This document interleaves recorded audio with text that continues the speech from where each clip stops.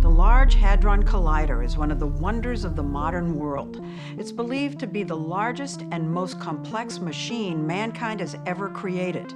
If you find yourself in central Geneva and hop on a number 18 tram, you can get it next to the main train station. In 10 minutes, you'll arrive at CERN, the international research laboratory that is home to the Large Hadron Collider. There is a tunnel, and machinery inside that tunnel sends beams of energy in a vast circle, so big it would take you nearly 6 hours to walk around it just once. A circular tunnel 27 kilometers in circumference, where tiny particles are fired at each other almost at the speed of light, giving scientists some of the answers to the origins of the universe. Buried hundreds of feet beneath Switzerland and France, the collider smashes subatomic particles together with enormous energy.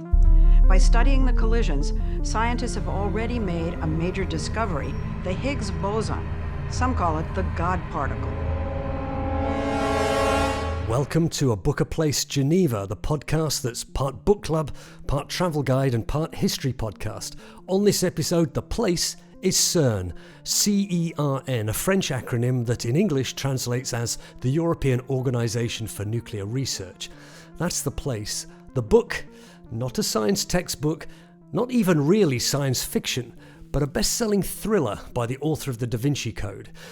Angels and Demons is actually the prequel to the Da Vinci Code and introduced us to the hero Robert Langdon, an expert in deciphering secret codes, played in the movies by Tom Hanks.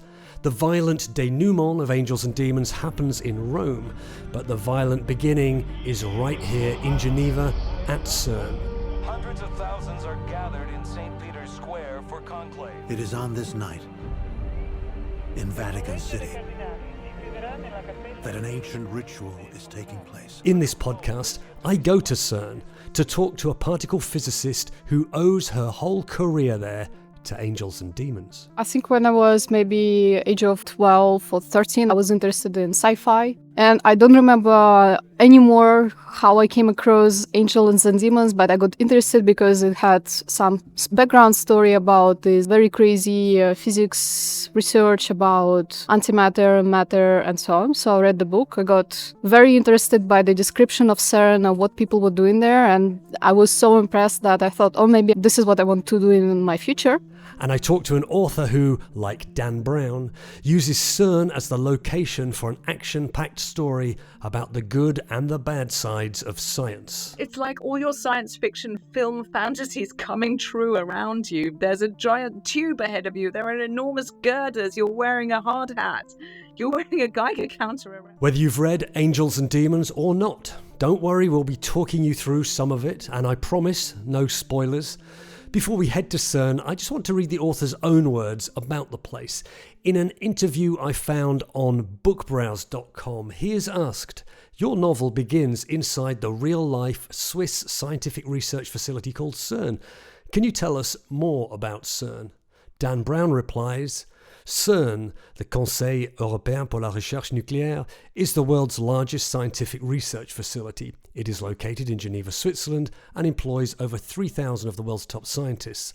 CERN houses an underground particle accelerator that's over 14 miles long and stretches all the way into France. In addition, CERN, much to Americans' surprise, is the birthplace of the World Wide Web, whose strange inception I talk about in the novel. CERN's most incredible claim to fame, however, is that they were the first to manufacture something called antimatter, the most volatile substance known to man. So, Dan Brown, like the villain in his book, is interested in antimatter. And while the science in the novel is far from exact, Angels and Demons may well have inspired a generation of readers to become interested in particle physics. Some of whom, like Nadezhda Proklova, whom we're about to meet at CERN, actually end up working there. So I went along to CERN to meet Nadezhda, and once badged up and buzzed through the security gate, she walked me through the campus, which does bear some resemblance to a sprawling university, and told me about her work on CERN's Atlas project, which uses the Large Hadron Collider to answer some pretty big questions, such as, to quote its website, what are the basic building blocks of matter, And what are the fundamental forces of nature? So this is, let's say, the main site where most of the offices are located. As I said, just across the road there is one of the major detectors, which is called Atlas. And there are 3 more other major ones which are located in France. So you have to take a car or like a shuttle bus to get there. I'll try to show you one of the special tourist attractions, Okay, which is on the way. fantastic. So this is also the place where they have a couple of restaurants, hotels for people who come here temporarily. This site is located sort of on two countries' sites, I guess. Right. So this is a Swiss one, but if you just go a bit further down the road there, you'll end up on a French territory without even proper Realizing. border control. Yes. Right. It's a bit of fun. Okay, so here should be one of the attractions. Thought it was going to be the chocolate machine we just walked by. Okay, fantastic. So we're looking at a plaque that says where the web was born. That's on my list of questions for you. And so we're in a corridor that has pipes all along the ceiling, which I imagine is air conditioning. I'd like to think that's like a proton collider or something, but it's just air conditioning, isn't it? So on some of the sides here, there are labs which needs to be cooled down. Okay. And so this plaque says, in the offices in this corridor, all the fundamental technologies of the World Wide Web were developed, starting in 1990 from a proposal made by Tim Berners-Lee in 1989. The effort was first divided between an office in Building 31, so we don't need to go into the details of which buildings.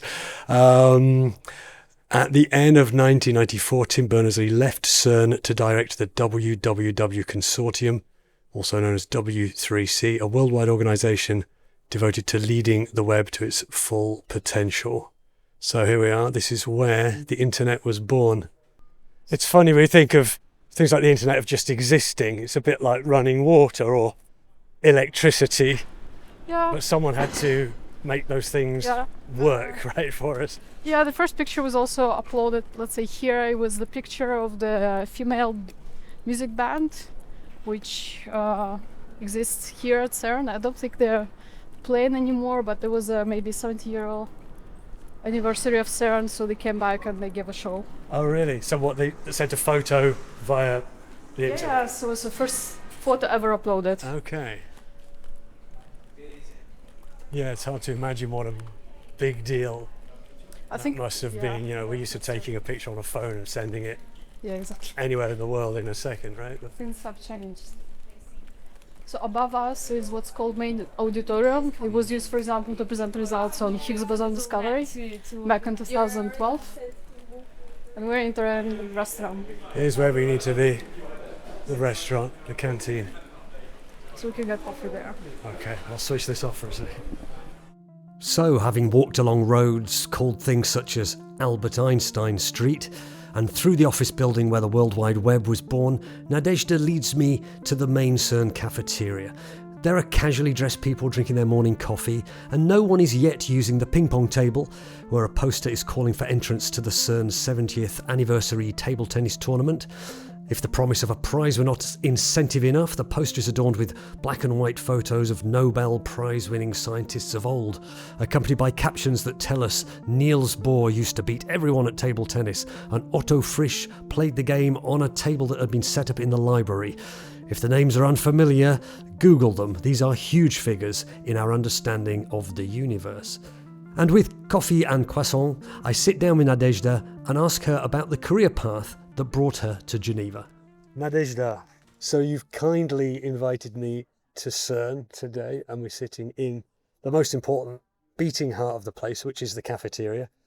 Now, just tell us who you are and what you do here. I'm employed as a postdoctoral researcher, if you want to talk it in more professional terms, but basically I'm just a physicist who works at Atlas Experiment, and I'm mostly doing detector work. For my PhD, I used to work on the search for the very special Higgs boson decay into very rare process.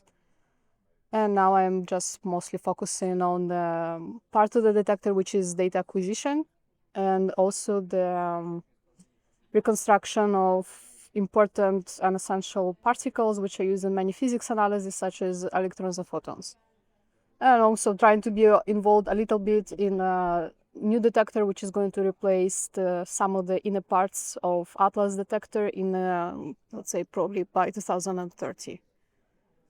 So that's just, I guess, a quick summary. Okay. And you're from Russia? Yes. You did all your studies there before coming here? I was doing my bachelor and master in Moscow Institute, which is called MEFI. Then for my PhD, I had joint degree with MEFI and with Radboud University in Netherlands. Okay. And so right now I'm involved with the University of Pennsylvania in the United States. So what's your relationship with the book? When did you read it and kind of what impression did it make on you? So I think when I was maybe age of 12 or 13, I started I was interested in sci-fi. And I don't remember anymore how I came across Angels and Demons, but I got interested because it had some background story about this very crazy physics research about antimatter, matter, and so on. So I read the book. I got very interested by the description of CERN and what people were doing there. And I was so impressed that I thought, oh, maybe this is what I want to do in my future. At the same time, I kept reading other sci-fi novels, like all the popular major ones you can name. But for Angels and Demons, the idea of working at CERN and how amazing it seems like to work at CERN based again on what was described in the book. So that's all sort of stuck in my head. And then I decided... what age? I was maybe 13. 13, okay. Yeah. If I started reading about CERN, being interested when I was at school, and I think there was this event where CERN got major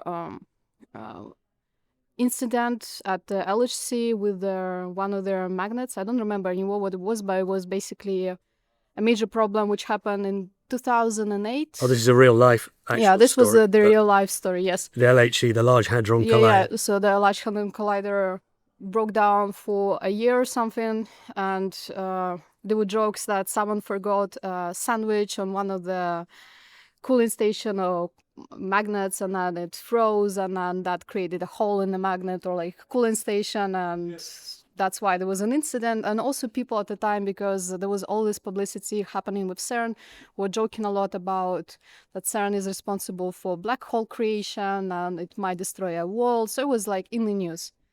And then I had this Angels and Demons book, which I just read maybe like a year or two ago. And so because of that, I started looking into the universities where I might get into the program which is related to CERN. And I found University of Moscow, which was doing this exact thing. So you've said two things there really that interested you in the book. There was the science, and you were reading other science fiction, but also the thing itself, CERN, this unusual place full of people from all over the world. I mean, we've just walked here. I've heard, I don't know, a dozen languages maybe. Right. Of this kind of international cooperation, and the story about the sandwich that might have caused it's kind of a real human side to this. Is that what attracted you to it? Or? I think partially. I remember vaguely in the book there was a description of some famous scientists who were just playing here in a grass field, some silly game with each other, and this was described as something normal. Like there was a gathering of, as you said, international gathering of people from everywhere in the world, and that sounded as a very nice place to be and be involved with. So that sounded very inspiring for me. And then, the whole book is about this piece of antimatter, which is very dangerous, but at the same time is very exciting, can provide a lot of benefits, like if you manage to use it for something good, but it can also be very destructive. So that was very interesting and, again, inspiring for me. Okay, I'm going to read couple of small bits from the book, and then we can talk about what it brings up.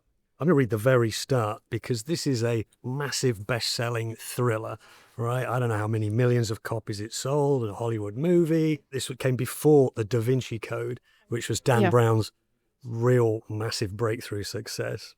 But here there's a prologue. Here we are. I'll read this, 1 page long. Physicist Leonardo Vetra smelled burning flesh. Physicist Leonardo Vetra smelled burning flesh, and he knew it was his own. He stared up in terror at the dark figure looming over him. What do you want? La chiave, the raspy voice replied. The password. But I don't. The intruder pressed down again, grinding the white-hot object deeper into Vetra's chest. There was the hiss of broiling flesh. Vetra cried out in agony. There is no password. He felt himself drifting towards unconsciousness. The figure glared. Ne avevo paura. I was afraid of that. Vetra fought to keep his senses, but the darkness was closing in. His only solace was in knowing his attacker would never obtain what he had come for. A moment later, however, the figure produced a blade and brought it to Vetra's face. The blade hovered, carefully, surgically. For the love of God, Vetra screamed, but it was too late. God, Vetra screamed, but it was too late. Now that happens, it doesn't say there, but that happens right here, that scene. He's looking for the password to get the thing, we don't know what it is, although you've just mentioned it's antimatter. Do you remember how he gets it? So he, from what I remember in the book, he carved out the eye, which gives you personal access to certain areas here at CERN, which is actually true either way. That does exist. Yeah, That's right. The way it's described a bit later in the book, there's a telescopic thing comes out and scans his retina or whatever, and clearly from the way Dan Brown writes it, it's very futuristic. But this was 25 years ago. I don't think anyone would be that surprised or impressed by biometric. I mean, we look at our iPhones to open them. It doesn't scan your retina, right? It's the shape of your face, but I guess it's a bit more high tech here. So they really use that too. If I needed to steal something here, an eyeball would be a useful. I think I have to add, you need 2 of them because it actually scans both of your eyes. Okay, right. Okay, they only took 1 out.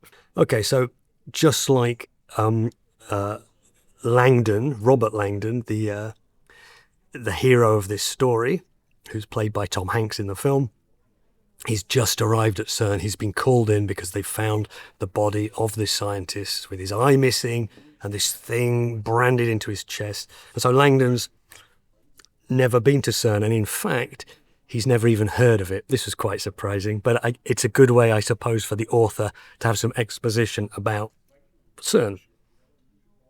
Let's see how realistic this is. He's being led. The head of CERN is a man named Kohler, who's in a wheelchair. Please hurry. His wheelchair seemed to leap across the tiled floor. Please hurry. His wheelchair seemed to leap across the tiled floor. Langdon followed past what seemed to be countless hallways branching off the main atrium. Every hallway was alive with activity. The scientists who saw Kohler seemed to stare in surprise, eyeing Langdon as if wondering who he must be to command such company. I'm embarrassed to admit, Langdon ventured, trying to make conversation, that I've never heard of CERN. Not surprising, Kohler replied, his clipped response sounding harshly efficient. Most Americans do not see Europe as the world leader in scientific research. They see us as nothing but a quaint shopping district, an odd perception if you consider the nationalities of men like Einstein, Galileo and Newton. There we are. Do you think most people haven't heard of CERN? Maybe this was 25 years ago as well. I think it might be true. When I travel outside of Geneva and I mention CERN, not many people know what it actually is. Is that right? Well, people in Switzerland know about this, but outside of it, I think it's like some strange facility where they do some strange scientific research. What's the thing you tell them to jog their memory? Black holes, I think, is the easiest We're the people one. who could destroy the world. Yeah, exactly. That we might create a black hole here because we collide particles at such high energies that it can cause some accident. Right. Whatever reason. I mean, if I mention CERN to people and they don't know what it is, I tend to say, have you not heard about the Large Hadron Collider, which if they've not heard of CERN, they probably wouldn't have heard of that. But I say, it's that huge underground tunnel where they fire tiny particles against each other at incredibly high speeds. And this tunnel, where are we now? It must be kind of going around us now, right, underground somewhere, because it goes into France and Switzerland. Yeah, it's right underneath. Now, Yeah. you work on what's the... The name of the experiment is Atlas. So it's one of the, let's say, two major experiments which were responsible for Higgs boson discovery. For the Higgs boson discovery. Yeah. So other point of what people might have heard is Higgs boson discovery, which they called God's particle for, I don't know why. But that was using the Large Hadron Collider exactly. to find the Higgs boson. Let's see if we can define what the Higgs boson... I can provide a very simple example, which I think a lot of people like to use when they try to explain what Higgs boson is. Imagine you have a room full of people and it's a party. So some people gather in one corner, some gather in another. Some people might have spread like somewhere more or less equally inside the room. But then imagine you have a celebrity who comes in. So these people who are sort of randomly spread around the room start to gather next to the person and follow him as he crosses the room. And then more famous person is, more and more people start to gather next to this person and follow him as he crosses the room. Nadezhda tries valiantly to explain to me the Higgs boson particle using a metaphor about a party. I must admit I didn't quite follow, but it did demonstrate humans' need to express complex things through stories, something I explore more with her and in the interview later in this episode. The use of metaphors, like a celebrity walking into a room, is really important, I think, to try and tell people, to explain to people, because otherwise it's just numbers and figures on a whiteboard exactly. or a computer code, right? So unfortunately, if you do physics professionally and you don't do a lot of popular explanation, it can be very hard to find the words. Something what they say in layman terms, that it's a particle which is responsible for mass for everything else which surrounds us in a way. So like, once again, when particle crosses the medium, the heavier it is, the more resistance it feels. And this is what is a Higgs boson field, let's say, is responsible for. So they found that, how long ago? 10 years ago? 2012. 2012.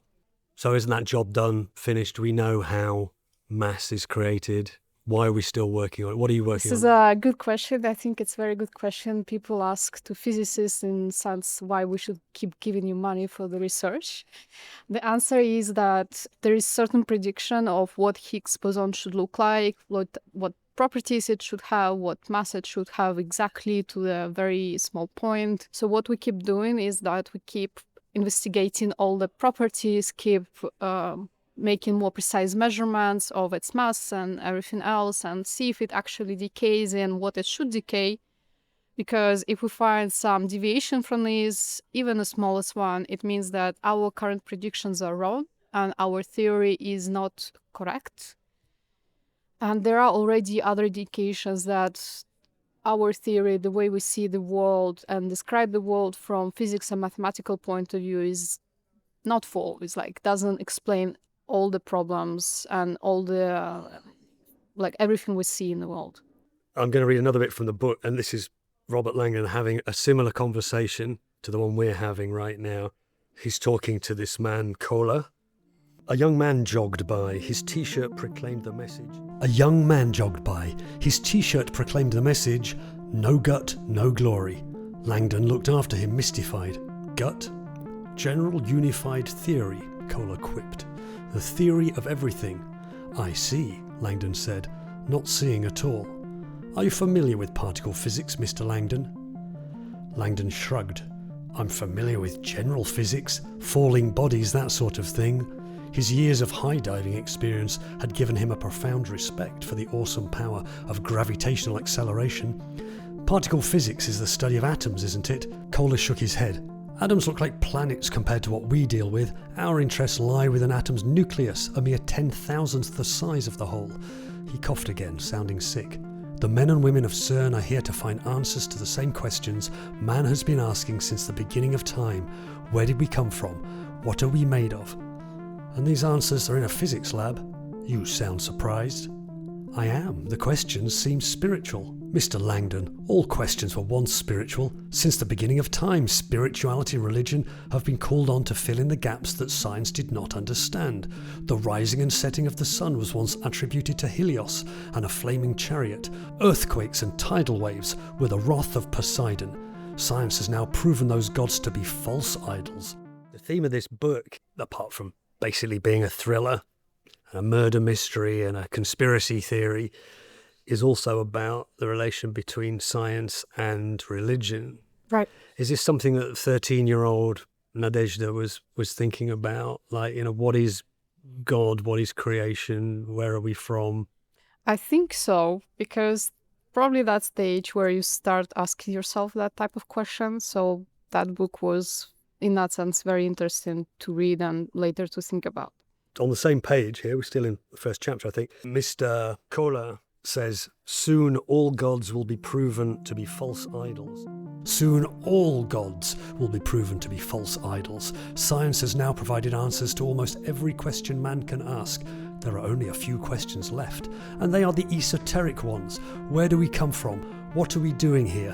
What is the meaning of life and the universe? Langdon was amazed. And these are questions CERN is trying to answer. Correction. These are questions we are answering. So there we are. Do you come in here every day and think we are answering the questions of everything? I can't believe people really come to work with that in mind, but it would be wonderful to think they do. That's a good question to think about. I don't think I personally think about it on a daily basis, but sometimes during this type of conversations, in a way, I guess we sort of actually answering this type of questions. Like, we're definitely trying to answer what happened, how all of us just appeared here, and how we end up sitting here in the cafeteria in the end. Is it work that constantly being reminded of how small we are? You've got one lifetime, you can achieve so much, you can add to the body of scientific work, but it's never going to be enough, is it? Does it fill you with kind of optimism and happiness to do this? Or is it sometimes also depressing that, we're never going to crack the mysteries of the universe in our lifetimes, are we? I think I feel very optimistic about this. I'm usually not an optimistic person, but when it comes to science, I feel, again, optimistic. It might not be the case that we get answers to all the questions here at CERN because, well, it has its own limitations, unfortunately. But I hope that we and the governments continue funding that type of projects on a bigger scale. And also the important ones are not only the ones which here on the ground, but the ones they build for space exploration and studies of space and our universe as a whole. And I feel like with the way the technology is developing, we might see this bright future where we basically have good explanations for what happened in our world and why we are like this here right now. Moving on a few pages, of course they have to take Robert Langdon to see the Large Hadron Collider. Have you ever seen it? In person, no. I've been to the cavern where actual detector is located, but in order to go to the tunnels, there need to be one of two cases. First case is that what we call it, you're a very important person, someone from the government. And second is that I think they open tunnel every now and then for the very big excursion day, which happens here at CERN, I think every 5 to 10 years. So you can sign up for this excursion and then you can be brought to the tunnel. Okay. And third case, of course, is that if you're a scientist who works with the collider itself in the tunnel. Right. And the engineers. Engineers, yeah. Yeah. Well, let's see if Dan Brown gets it right. They've been joined, Langdon and Cole have been joined by the daughter of the unfortunate dead scientist. She's called Victoria. And she's actually in the tunnel where this thing, how long is it? 27 kilometers. 27 kilometers, a ring that's 100 meters underground, something like that? Yes, sort of. Okay. So they're down there. The particle accelerator, Langdon said quietly. This particle accelerator, Langdon said quietly. It's down this tunnel someplace? That's it there. Kohler motioned to his left, where a polished chrome tube ran along the tunnel's inner wall. Langdon eyed the tube, confused. That's the accelerator? The device looked nothing like he had imagined. It was perfectly straight, about 3 feet in diameter, and extended horizontally the visible length of the tunnel before disappearing into the darkness. Looks more like a high-tech sewer, Langdon thought. I thought particle accelerators were circular. This accelerator is a circle, Kohler said. It appears straight, but that is an optical illusion. The circumference of this tunnel is so large that the curve is imperceptible, like that of the Earth. Langdon was flabbergasted. This is a circle? But it must be enormous. The LHC is the largest machine in the world. That's pretty accurate, I think, this description, yes. CERN's reaction to this book, and particularly to the film, because I think the book probably didn't have a massive impact when it came out. Not really, no. I think in retrospect, because the Da Vinci Code came later, and then the movie was made after the Da Vinci Code movie, and then people started to watch that and read it, and CERN seems to have embraced it. And so CERN has on its website a Mythbuster based on Angels and Demons. Here's the website, look, Angels and Demons, the science behind the story. So I'll read this bit out. In Ron Howard's Angels and Demons, Tom Hanks plays Harvard academic Robert Langdon, who discovers evidence of the resurgence of an ancient secret brotherhood called the Illuminati, the most powerful underground organization in history. When Langdon finds evidence that the Illuminati have stolen antimatter from a secret laboratory at CERN, which they plan to use as a devastating weapon to destroy the Vatican, he and CERN scientist Vittoria Vetra begin a race against time to recover the antimatter and prevent a catastrophe.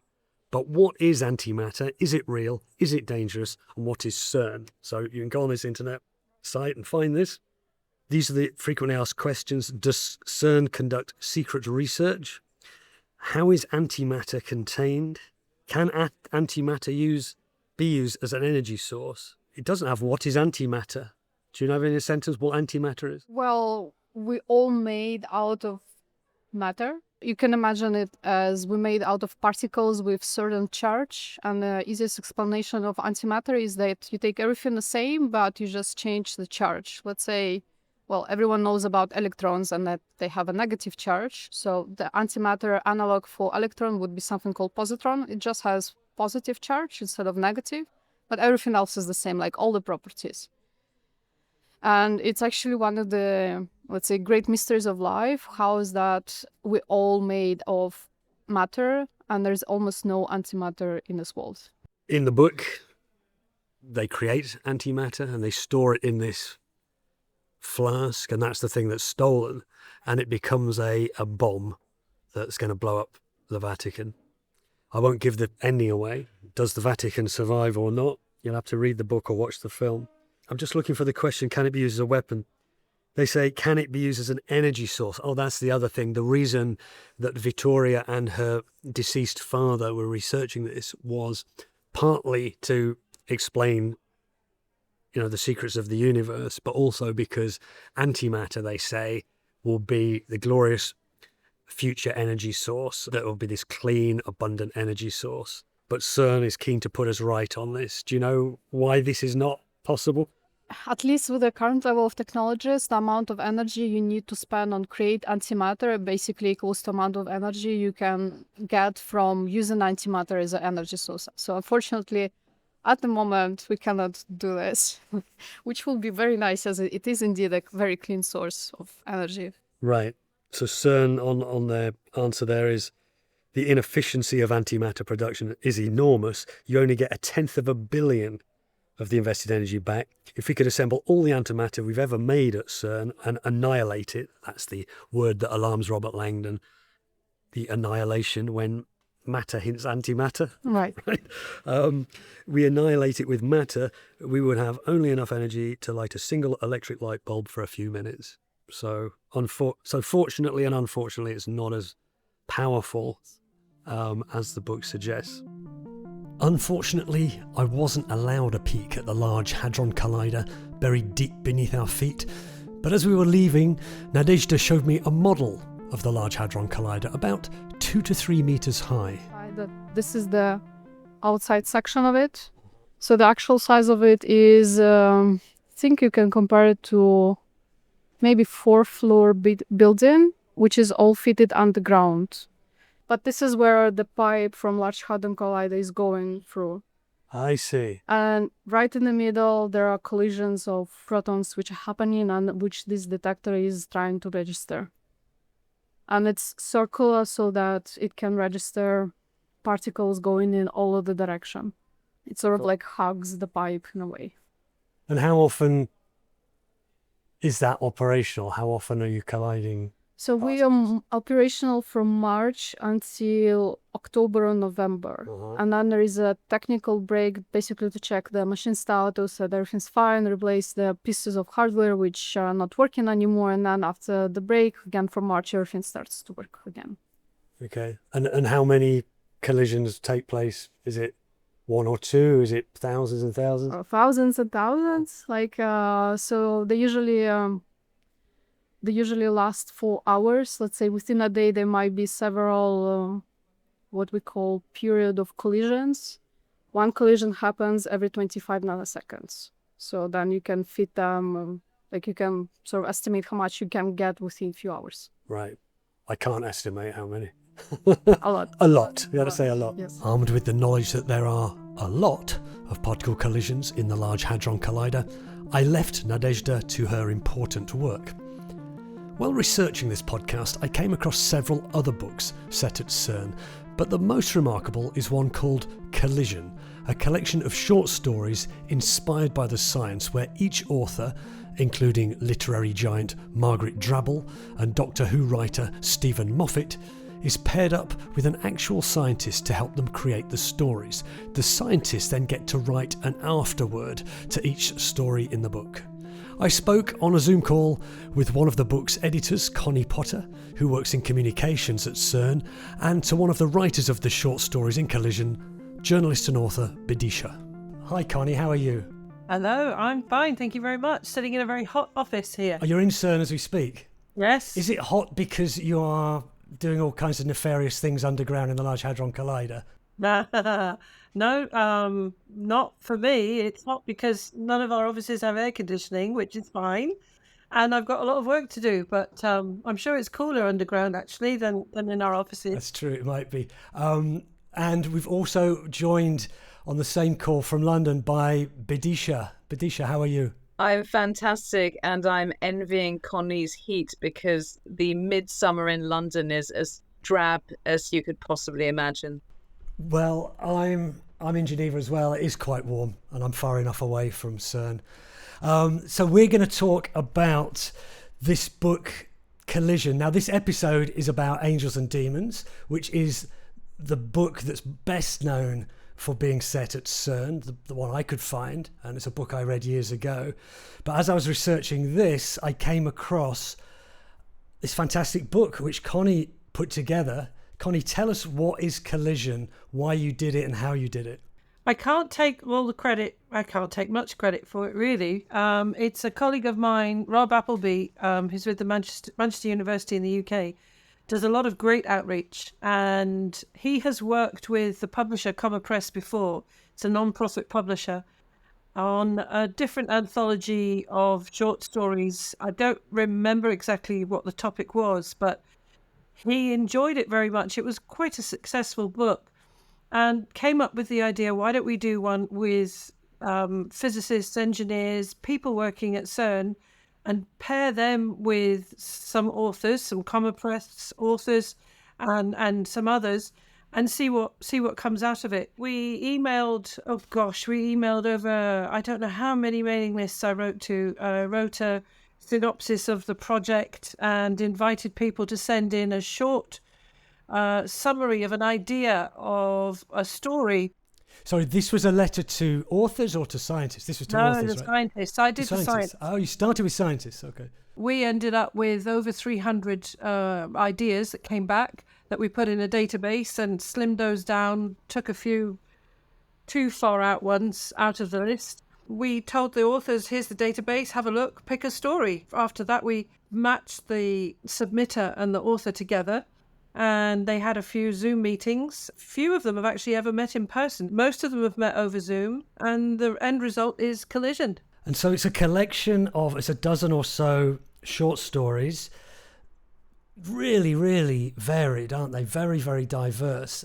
But the unique selling point of this book is you have the short story and it's followed then by an essay by that scientist talking about some of the things that were in the story. In the case, if they're more science fiction-y stories, maybe looking at the science and how realistic that is. But for this one, so Badisha, you would have then looked at the scientist's idea first, right? And what was it? Health and safety, because I think that's the name of the essay. After your story's called Afterglow, yeah, and the the essay after it is called Health and Safety Nightmares. What did you see when you first looked at it? I love short stories that are dramatic. I don't want characters to just be looking into the mirror and having a realization about life. I needed something with a bit of whiz bang. And the funny thing is that since the book came out, my short story has been likened many times to Dan Brown. So I was looking for something that had explosive capability so that my characters have something to do. And I got the overall list. And of course, you look at it and you go, oh, time travel. Oh, no, that one's taken. Multiverses. No, that one's taken. And then I hit upon the very humble idea of the afterglow, the idea that you can have a substance that is charged with some kind of possibly very, very promising scientific potential, but that could also be damaging, and that it never really loses its charge. As long as time passes, it still retains a touch of something that you need to be wary of. And I was very haunted by that idea. It's a very poetic idea because it's also true about other things in life. It's true about romance and love and grief, but it's also true about ambition. The other thing that drew me to this project was the sheer wealth of genius and brilliance that comes out of CERN. CERN is such a glamorous destination, and yet for authors and writers, you have no idea what really goes on. Each scientist is very proud of their own particular patch. And so when I was reading the list of physics options, I was very aware that I'm just writing a short story, but I'll be interacting with a scientist for whom this is their life's work. Decades of research have gone into it. And try as they might, scientists cannot conceal their personality. And so each little précis of what topic they were working on carried a bit of the flavor of the scientist. So I also just trusted my intuition, and Kristen's paragraph about the idea of an afterglow really spoke to me. Was it partly the word itself, afterglow? It's kind of it is a word we use, isn't it, in the afterglow of some glorious thing. I mean, I did look it up, what is afterglow, and one of the results was cosmic microwave background radiation is the afterglow of the Big Bang. So you're saying things stay with us, a love affair or a tragedy or a trauma for a long, long time. We can still detect the origins of the universe, and this is, I'm guessing, part of what they do at CERN. Do you happen to have the book with you, Badisha? Could you read us a bit? Could I ask you specifically to read? There's two bits I'd like you to read. This is very flattering for an author to be asked to sort of like act out their little bit. Go on, I have it in front of me. Okay, page 49. Yeah. I really like this because, yes, this story is set at CERN, but the first half of it is not set at CERN. It's set in a London suburb, which is one that's familiar to me.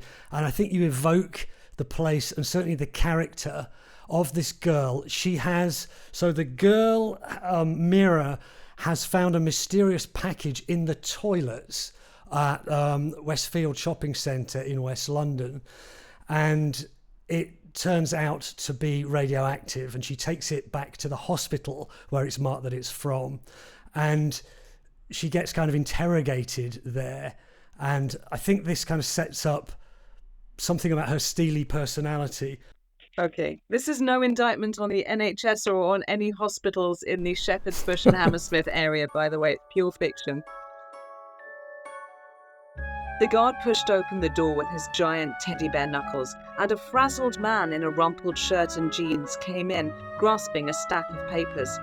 "I haven't done anything," Mira blurted out as soon as the man sat down.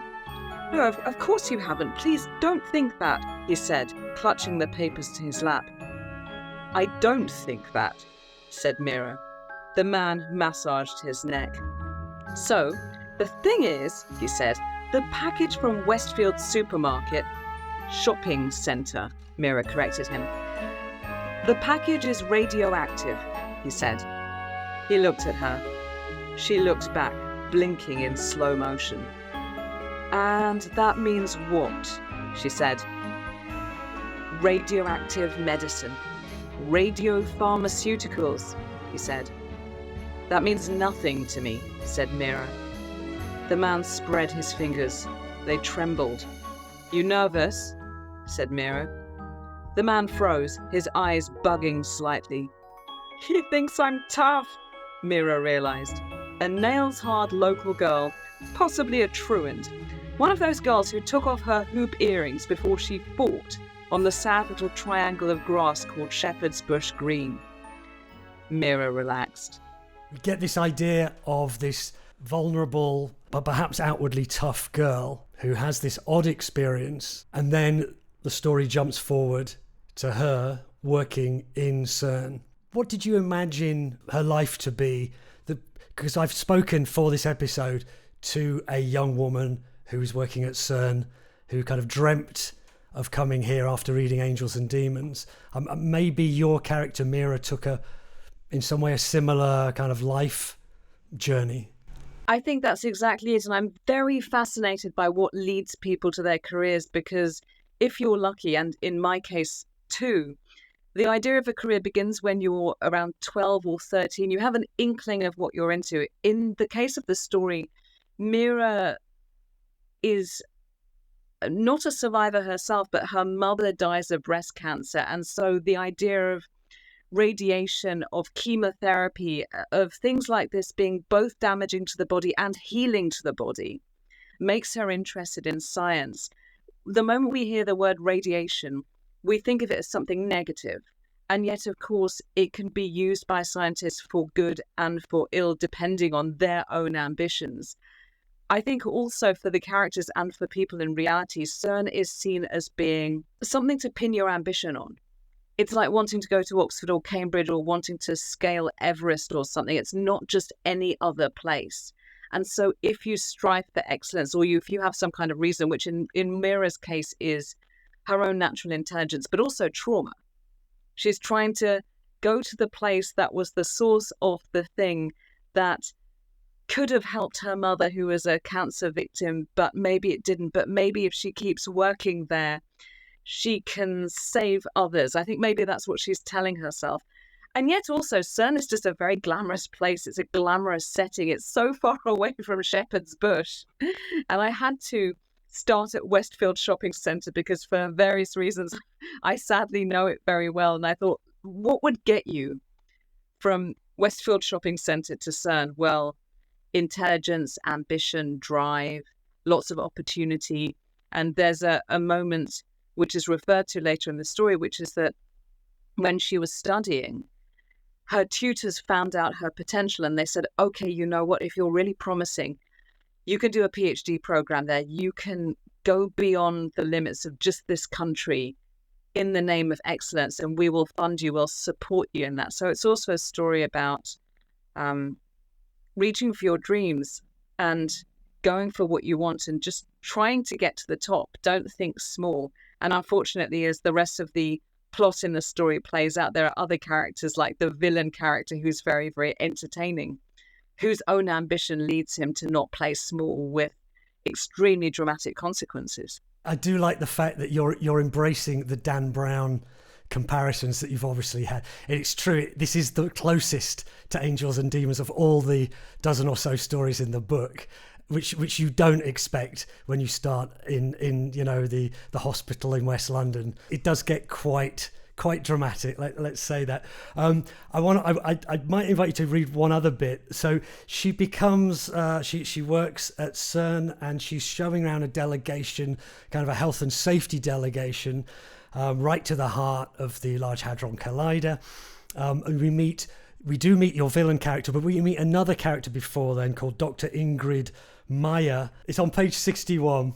and this is the last one I'll get you to do. So Dr. Maya, if you pronounce it like that, is kind of tolerating Mira's group of health and safety officials in her office. Maybe you could just read that passage to us, Bidisha.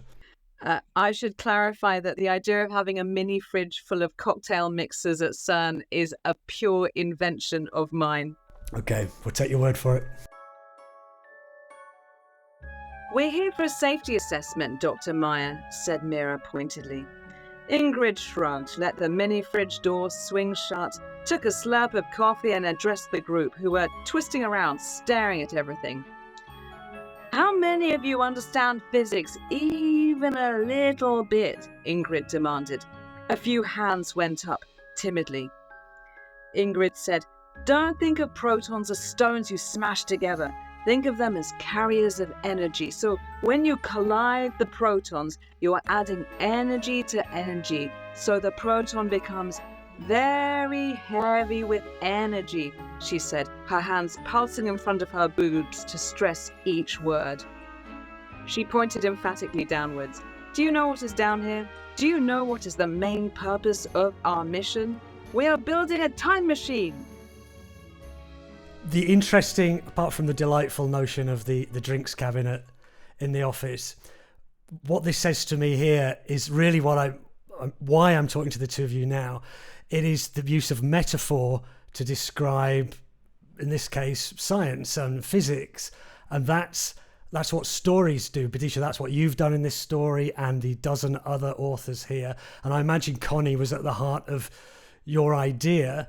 You're trying to communicate work which to most of us is just undecipherable. We can't really understand what is almost the speed of light that these particles are flying out. Why are you doing it? How on earth can that tell us about anything about ourselves and the origins of the universe? And the only way most of us can get close to understanding any of this is through stories, through metaphor. And even this scientist here is saying, think of them as stones picking up energy. Is that at the heart of the book, Connie? Is this what you're trying to achieve by this? A little bit more understanding as well as entertainment? I think a little bit, because you've got the afterwards as well. And anybody who feels a little bit interested or engaged after reading any particular story, hopefully will then go on and look for some more understanding, or scientific understanding in the afterward.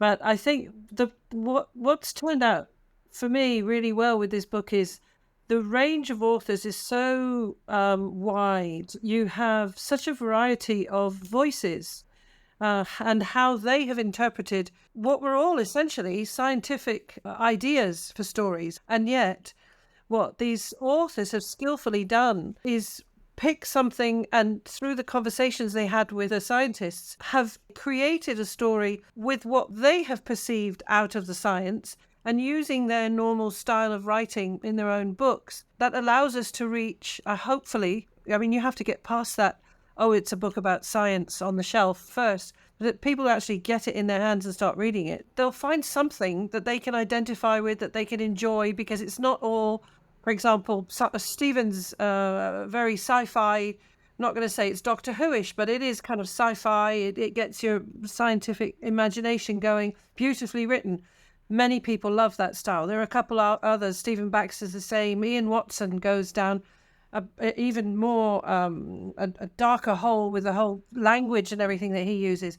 But there are also other stories. Dame Maggie's story don't really have that much science in it, and yet you can see where they're getting the science from. So yes, we are trying to reach different audiences, different people, and show the beauty, the fascination of science through this different medium, through their different voices. Dame Maggie, that's Margaret Drabble you mentioned there. Yeah. I mean, there's some great names on the list. I'm not a massive science fiction nerd, but I do like I think short stories are the perfect medium, because if you're not really going to nerd out on Dune that goes on over, volumes and volumes. I've read one and I enjoyed it, but I have no intention of reading the rest. But short stories are great because you can just put that idea out there. I love the stories of Philip K. Dick, for example, which, they've made movies from countless of his very short stories. And so I think it works really well. Not all of these are science fiction. I mean, Badisha, would you call your story a science fiction story here? Yes, I think so. I also grew up reading short stories by Philip K. Dick, as I think many people did, in fact, and also, snacking on Isaac Asimov. And yeah, I have always loved that combination of ideas and emotion, slight futurism, and also I think it's something to do with the settings. You cannot be given the gift of a day trip to CERN and look at the literal architecture of what's around you. You're in this sort of rock cavern and everything is large and magnetized. So you're feeling this weird pull in your blood cells, the iron in your blood cells, and you're having staff members saying, well, actually, if you are around here for 4 or 5 hours, you get very tired because there's a sort of dragging atmosphere. You're surrounded by some of the smartest people in the world. And it's like all your science fiction film fantasies coming true around you. There's a giant tube ahead of you. There are enormous girders. You're wearing a hard hat. You're wearing a Geiger counter around your neck.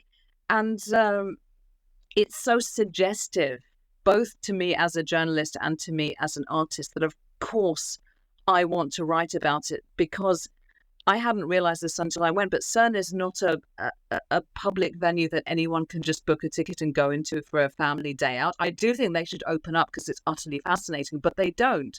So we're in a very privileged position. We're describing things that people imagine but don't get to visit. And I'm thinking of the 11-year-old kid in America who's dreaming of going to science camp that summer and will pick up Collision and think, oh my goodness, this is so extra, I must go. And it's accessible to me. And I agree with what you say about short stories, by the way. I think it's the perfect box in which to concentrate a huge amount of matter. And that's a very physics idea. I do at least, write very large. So I write a novel's amount of words and then really crush it down into the salient points and the salient action, and hope that some amount of scientific thought and integrity is retained within that. But that's why we need scientists to check it over. And my scientist was appalled because of the events that I had happen in the story. Yeah. Well, as I say, we won't give any spoilers, but health and safety comes into there. There are objects left lying around that shouldn't be, and it all comes to a rather sticky conclusion. Could we just mention the main book this episode is about, Angels and Demons? Have you read it, Badisha? Like many people, I read it when it was a hit when I was much, much younger, and I have an enormous amount for any writer who, like Dan Brown, has a success. It's very difficult to make it purely as a fiction writer. It's very, very hard, and literary fiction gets spoken about with a huge amount of respect, but it's almost impossible to have that kind of airport bestseller. So all props to Dan Brown for getting a great jammy idea and running with it. Yeah. And Connie, when I was there a few weeks ago, I noticed you weren't there, unfortunately, but there was a poster up. This might have been it was someone's office, with the movie posters on the wall. It was signed by Tom Hanks. It's something I think CERN has embraced, hasn't it? Yeah, I mean, I got Tom to sign a couple of the poster boards. I hope we will do more. I think it is, again, another very good form of outreach. It doesn't always have to be exact science. It has to just engage with the audience and get them questioning, get them wanting to learn more. And the same with the book. I do a couple of other outreach programs, and one of them is welcoming famous artists and musicians that are playing in Palais or Montreux locally. And last week I was at Hyde Park, as invited to the BST Hyde Park to see the Kings of Leon. And I was talking to Caleb, the singer, Caleb Followill, one of the brothers in Kings of Leon, backstage afterwards. His brother came to CERN. It was one of my first visits I did for an artist, him and the cousin Matt. I was talking to Caleb and I said, your brother came, would you be interested? Do you know about CERN? And he said, yes, I do. He's a very shy man. He's extremely talented, very, very nice man. But his face kind of lit up and he said, I do know about CERN because it's in the book I'm reading now. I said, what are you reading? He said, Angels and Demons. And I said, Did you say, have you heard of it? Was that the next thing? No. I said, that's great. He said he said he was reading Origins, which is, I think, the more recent book of Dan Brown. His wife had said, you have to read Angels and Demons because she had read it. And his wife is a supermodel with zillions and zillions of followers, Lily Aldridge. Beautiful, smart cookie, that lady. Very, very kind, very nice. She came over and then they both started talking about the science in Angels and Demons. And I do hope, this year Netflix has seen the 3-body problem. It's been extremely successful.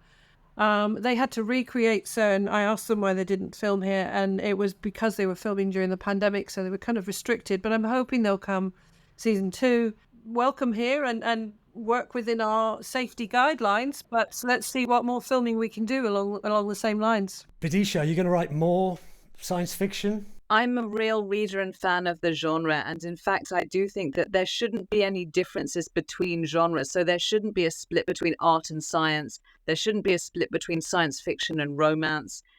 And I would love to explore these settings more, because what you get with CERN is big physical architecture, an impressive setting, but also huge personalities. Scientists are not mousy individuals. They are driven by all sorts of things, not just talent, but also ambition, ego. They're very quirky. Part of the reason that I could write the dialogue that I did in CERN is because we had a day of being given sort of mini presentations by different scientists, all working in a slightly different field. And they expressed themselves so well that actually, if you paid attention, you could understand what was going on. And I made notes because each person was full of personality, very charismatic. My scientist, after I wrote the story, wrote to me and said somewhat disconsolately, I thought when we were writing a story together called Afterglow, it would be a romance, because many scientific couples meet together on a project at CERN and they do indeed fall in love and get married. And she was absolutely right, because the day I visited, there was a great sense of romance about the place and the campus. There was a huge sense of possibility. And I remember being in the canteen and sort of looking around and thinking, I really like these people. They are modestly and quietly eating lunch, but their brains are probably solving questions and equations and juggling with ideas that I could never possibly get close to. That's how gifted they are.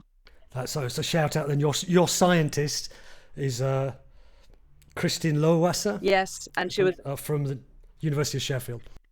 Kristin was just so generous. She expressed herself so well, and given that we were meeting online during the pandemic, that actually talking to her was just like letting in a breath of fresh air, because writers and artists are very isolated sometimes, and scientists work in quite a similar way. They have their own lab, we have our studios, and so when we meet, it's like two worlds crashing together like protons.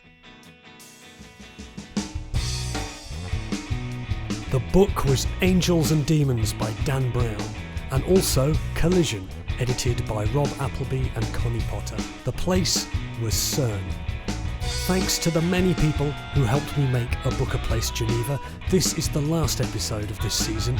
Do go back and check out the other 4 episodes on Frankenstein, The Birth of the Comic Book, Voltaire's Candide, and Joseph Conrad's Under Western Eyes.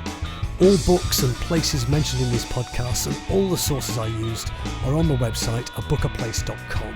The podcast is available on most podcast apps, and a version with pictures can be found at youtube.com/@abookaplace. I hope these podcasts have inspired you to explore the books and the places covered. If you run a book group or teach English literature and are discussing any of the books featured in A Book, A Place Geneva, please tell your friends or your students about the podcast. And if you've enjoyed the series, please give it a rating on your podcast app and maybe drop a comment in there too. And if you're looking for other great podcasts, I publish a newsletter called Pick of the Pods with a weekly podcast recommendation. Find that on my LinkedIn page. A Book, A Place Geneva is a Spinny Hill podcast. For any queries, please contact me via the website abookaplace.com. Until next time, thanks so much for listening, and goodbye.